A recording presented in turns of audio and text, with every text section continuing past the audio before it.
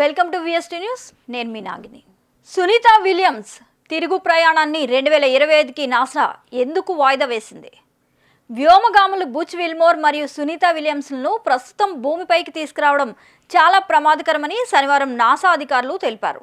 కాబట్టి ఇద్దరు వ్యోమగాములు లేకుండానే స్టార్ లైనర్ అంతరిక్ష నౌక భూమి మీదకి తిరిగి వస్తుందా? సునీత విల్మోర్ భవితవ్యంపై నాసా కీలక రివ్యూ అయితే ఇచ్చింది. వారి ప్రాణాలకు ఎలాంటి ప్రమాదం లేదని భరోసా ఇచ్చింది. రోజుకి అయితే ప్రజల్లో భయాలైతే పెరిగిపోతున్నాయి. 8 రోజుల టూర్ ఎప్పుడు తిరిగి వస్తారో తెలియని స్థితికి చేరింది. దీంతో అన్ని రోజులు అంతరిక్షంలో ఉంటే తలెత్తే ఆరోగ్య సమస్యల గురించి రోజుకో కథనాలు వెలువడుతూనే ఉన్నాయి.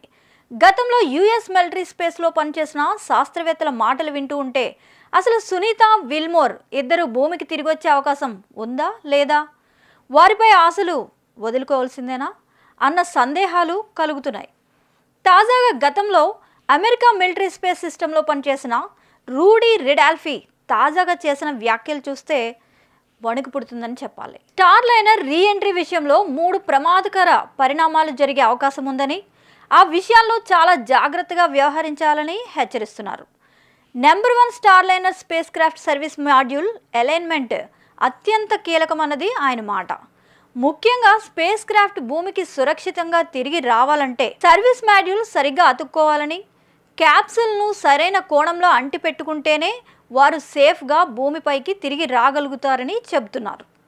మాడ్యూల్ కోణం ఏమాత్రం సరిగ్గా లేకపోయినా అనేక దుష్పరిణామాలు కూడా జరిగే ప్రమాదం ఉందన్నది ఆయన మాట.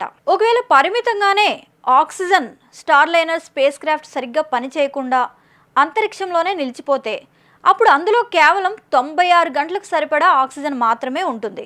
అయితే ఈ పరిస్థితి కేవలం క్యాప్సూల్ సరైన యాంగిల్లో అతుక్కోకపోయినప్పుడు మాత్రమే తలెత్తే ప్రమాదం ఉంది. ఒకవేళ సరైన యాంగిల్లో అతుక్కోకపోతే భూ వాతావరణంలోకి రాకుండా ఆర్బిట్లోనే ఉండిపోయే ప్రమాదం ఉంది. అప్పుడు 96 గంటలకు మాత్రమే సరిపడా ఆక్సిజన్ ఉన్నందున వ్యోమగాముల ప్రాణాలకు ప్రమాదం కూడా జరగచ్చు. భూ వాతావరణంలోకి ప్రవేశించడంలో విఫలం కూడా కావచ్చు. ఈ ప్రమాదం కూడా లేకపోలేదన్నది రిడాల్ఫీ హెచ్చరికగా చెప్తున్నారు. ముందే చెప్పుకున్నట్లు ఒకవేళ సరైన యాంగిల్లో క్యాప్సూల్ అతుక్కోకపోయినా భూమిపైకి దిగలేక నిరవధికంగా అంతరిక్షంలోనే అది ఉండిపోయే ప్రమాదం ఉంది. మాడి మసైపోవచ్చు కూడా అని కూడా హెచ్చరికలు వస్తున్నాయి. తిరిగి వచ్చే సమయంలో తలెత్తే మరో ప్రమాదం ఏంటంటే వేపరైజేషన్. ఇది అత్యంత భయానకమైన పరిస్థితి. ఒకవేళ స్పేస్ క్రాఫ్ట్ నిట్టనిలుగా కిందకు దిగే పరిస్థితే తలెత్తితే దానివల్ల పుట్టే రాపిడి వల్ల తలెత్తే వేడికి స్పేస్ క్రాఫ్ట్ హీట్ షీల్డ్ కూడా తట్టుకోలేకపోవచ్చు. అదే జరిగితే స్పేస్ క్రాఫ్ట్ భూమికి చేరే ముందు పేలిపోయే ప్రమాదం కూడా ఉంది. అదే జరిగితే వ్యోమగాముల ప్రాణాలకి ముప్పు తప్పదు. మరోవైపు ఇప్పటికే సునీత విలియమ్స్ ఆరోగ్య సమస్యలు ఎదుర్కొంటున్నారని, కంటి చూపు కూడా దెబ్బతిన్నదన్న వార్తలు కూడా వస్తున్నాయి. మరి ఈ అన్నింటికి సమాధానం నాసా ఏం చెప్తుంది? ప్రస్తుతం నాసాపై తీవ్రమైన ఒత్తిడి అయితే నెలకొంది. ఆస్ట్రోనాట్స్ భవిష్యత్తుపై ఎన్నో రకాల అనుమానాలు రేకెత్తుతున్న ఈ పరిస్థితుల్లో తాజాగా ఆగస్టు 20న నాసా వారి భవిష్యత్ కార్యాచరణపై అలాగే వ్యోమగాముల ఆరోగ్య పరిస్థితిపై ఓ సుదీర్ఘమైన నోట్ అయితే విడుదల చేసింది. Facts about NASA Boeing cruise flight test written status అంటూ అందులో చాలా విషయాలపై స్పష్టత ఇచ్చేందుకు కూడా ప్రయత్నించింది. మరి అత్యవసర పరిస్థితుల్లో వాళ్ళు ఏం చేయదలుచుకున్నారు? ఒకవేళ అత్యవసర పరిస్థితి తలెత్తితే విల్మోర్, సునీత ఎలా తిరిగి భూమికి వస్తారన్న ప్రశ్నకు సమాధానం ఇస్తూ, ఒకవేళ అదే పరిస్థితి తలెత్తితే వెంటనే వారు స్పేస్ స్టేషన్ నుంచి స్టార్ లైనర్లోనే బయలుదేరుతారని తేల్చి చెప్పింది. అయితే ఇప్పటికిప్పుడు వారిద్దరిని భూమికి తీసుకురావాల్సినంత ఎమర్జెన్సీ ఏం లేదని కూడా స్పష్టం చేసింది. అంతేకాదు, వారిని తిరిగి భూమికి తీసుకొచ్చేలోగా అంతరిక్ష నౌకలో తలెత్తిన సాంకేతిక సమస్యల్ని అర్థం చేసుకునేందుకు వారి సేవల్ని వినియోగిస్తుందని కూడా తెలిపింది. స్టార్ లైనర్లో తిరిగి రాకపోతే వాళ్ళిద్దరూ ఇంకెంతకాలం స్పేస్ స్టేషన్లో ఉంటారు? ఇదొక క్వశ్చన్గా ప్రస్తుతం ఉంది. ఒకవేళ వాళ్ళిద్దరూ లేకుండానే స్టార్ లైనర్ను భూమికి తీసుకురావాలని నాసా నిర్ణయించినట్లయితే సునీత విల్మోర్ ఇద్దరు 2025 ఫిబ్రవరి చివరి వారం వరకు అక్కడే ఉండాల్సిన పరిస్థితి. అప్పుడు రానున్న సెప్టెంబర్లో స్పేస్ క్రూ 9 మిషన్ని పంపించేందుకు ప్లాన్ చేస్తామని నాసా తన నోట్లో వెల్లడించింది.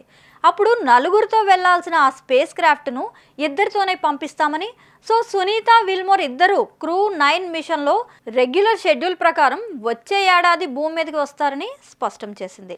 అంటే వాళ్ళిద్దరూ 2025 వరకు ఉండాల్సిందేనా? ఇప్పటివరకు ఆ విషయంలో ఎలాంటి తుది నిర్ణయం అయితే తీసుకోలేదు. స్టార్ లైనర్ ప్రొపల్షన్ సిస్టమ్ను ఎప్పటికప్పుడు అంచనా వేస్తూ అన్ని రకాల ప్రత్యామ్నాయాలను పరిశీలిస్తూ ఉంటుంది. అన్ని అనుకూలంగా ఉంటే వాళ్ళు తిరిగి స్టార్ లైనర్లోనే వస్తారు. లేదంటే వచ్చే ఏడాది స్పేస్ ఎక్స్ క్రూ 9 మిషన్ ద్వారా తిరిగి భూమికి వస్తారు. ఆస్ట్రోనాట్స్ లేకుండా స్టార్ లైనర్ ప్రయాణం చేయగలదా? ఖచ్చితంగా అని చెప్తున్నారు. ఒకవేళ నాసా అలాంటి నిర్ణయమే తీసుకుంటే స్టార్ లైనర్ తనకు తానుగానే అండాక్ కూడా కాగలదంట. సో నాసా, స్పేస్ ఎక్స్ కలిసి సునీత విల్మోర్లను కిందకు తీసుకురాగలవా అన్న ప్రశ్న కూడా మన ముందుంది. ముందే చెప్పుకున్నట్లు నాసా అలాంటి నిర్ణయమే తీసుకుంటే స్పేస్ ఎక్స్ క్రూ 9ను వచ్చే సెప్టెంబర్లో 4 బదులుగా కేవలం 2 మాత్రమే అంతరిక్షంలోకి లాంచ్ చేస్తుంది. సో అదే స్పేస్ క్రాఫ్ట్లో వచ్చే ఏడాది ప్రారంభంలో సునీత విల్మోర్ ఇద్దరు భూమి మీదకి చేరుకోవచ్చు. మరి వాళ్ళు వెంట 3 టన్నుల ఆహారం తీసుకెళ్లిన వ్యోమనౌక ఇప్పట్లో రాకపోవచ్చు సరే, వాళ్ళ అవసరాల పరిస్థితి ఏంటి? ఆహారం, నీళ్లు, బట్టలు, ఆక్సిజన్, వీటి పరిస్థితి ఏంటి? స్పేస్ స్టేషన్లో ఉన్న వాళ్లకు ఆహారం, నీళ్లు, బట్టలు, ఆక్సిజన్ ఇలాంటి అవసరాల గురించి ఏ మాత్రం చింతించాల్సిన పని లేదు. ఎందుకంటే అందులో ఉన్న వారికి సరిపడా అన్నీ అంతరిక్ష కేంద్రంలో ఉంటాయి. అలాగే వారి అవసరాల మేరకు నాసా పార్ట్నర్స్ ఎప్పటికప్పుడు భూమి నుంచి వాటిని కూడా వాళ్ళకి పంపిస్తూ ఉంటారు. తాజాగా అయితే 3 టన్నుల ఆహారాన్ని, ఇంధనంతో పాటు మిగిలిన వస్తువుల్ని భూమి నుంచి అంతరిక్ష కేంద్రానికి పంపించారని తెలుపుతున్నారు. మరి ఆ స్పేస్ క్రాఫ్ట్ క్షేమంగా IISSతో డాక్ అయినట్లు ఆగస్టు 17 ఇంటర్నేషనల్ స్పేస్ స్టేషన్ ఒక ప్లాట్ఫామ్లో పేర్కొంది. అలాగే అవసరమైతే ఈ ఏడాది చివరిలో మరోసారి ఆహారం, నీళ్లు, ఇంధనం, ఆక్సిజన్ తదితర వస్తువుల్ని స్పేస్ స్టేషన్కి పంపించేందుకు ప్లాన్ చేస్తున్నట్లు కూడా నాసా వెల్లడించింది.